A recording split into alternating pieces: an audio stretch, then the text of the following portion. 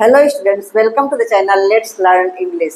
तो आज मैं लेकर के आई हूँ बहुत ही इंपॉर्टेंट सेंटेंसेस जो कि डेली कन्वर्सेशन में बहुत ज़्यादा यूज होने वाले हैं। So without getting let let's get started. तो देखिए आज के सेंटेंस हमारे हैं, जैसे मैं अपने ज्ञान का पूरा फायदा उठाती हूँ, उसने अपनी छुट्टियों का पूरा फायदा उठाया, मैं तुम्हारे साथ का पूरा फायदा उठाऊंगी। तो देखिए हर सेंटेंस में पूरा फायदा उठाती हूँ, पूरा फायदा उठाया, पूरा फायदा उठाऊंगी, मतलब पूरा फायदा उठाने की बात की गई है। तो पूरा फायदा उठाना, इसके लिए इंग्लिश में एक फ्रेज है, make the most of. Make the most of. तो चलिए सेंटेंसेस के थ्रू समझते हैं तो क्लियरली समझ में आएगा। जैसे मैं अपने ज्ञान का पूरा फायदा उठाती हूँ, तो I make the most of my knowledge. I make the most of my knowledge.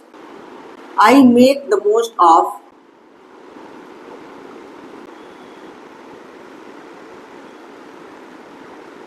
I make the most of my knowledge।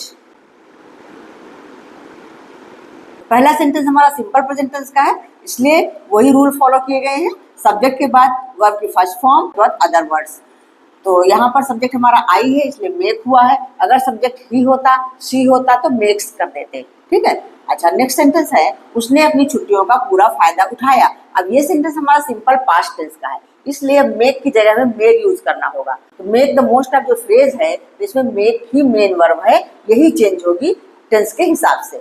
तो उसने अपनी छुट्टियों का पूरा फायदा उठाया, इसका हो जाएगा he made the most of his vacations या she made the most of her vacation. तो चलिए इसको लिख लेते हैं।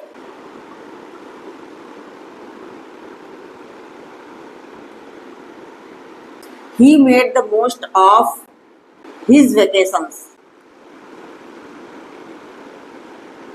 ठीक है, इसका हो गया he made the most of his vacations। Next sentence मैं तुम्हारे साथ का पूरा फायदा उठाऊंगी। अब ये सेंटेंस हमारा सिंपल फ्यूचर टेंस में है, इसलिए उसी के हिसाब से इसका ट्रांसलेशन होगा। तो इसमें हो जाएगा I will make the most of your company. तुम्हारे साथ का मतलब योर कंपनी।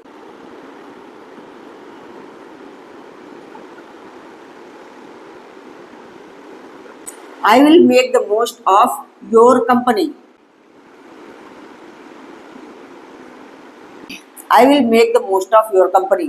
नेक्स्ट सेंटेंस है, क्या वह अपनी ताकत का पूरा फायदा उठाता है। ये भी हमारा सिंपल प्रेजेंट टेंस का सेंटेंस है, बट ये इंटरोगेटिव सेंटेंस है।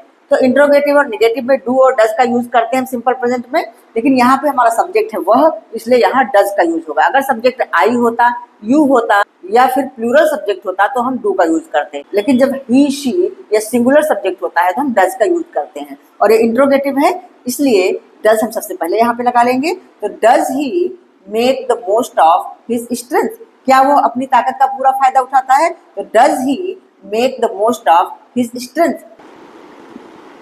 Does he make the most of does he make the most of his strength. ठीक है, तो इसका हो गया does he make the most of his strength. Next sentence है, तुम्हें इस मौके का पूरा फायदा उठाना चाहिए। तो ये सेंटेंस हमारा चाहिए वाला आ गया, तो यहाँ पे शुड तो लगेगा ही। इसका हो जाएगा you should make the most of this opportunity. तो इसको भी लिख लेते हैं, you should make the most of this opportunity.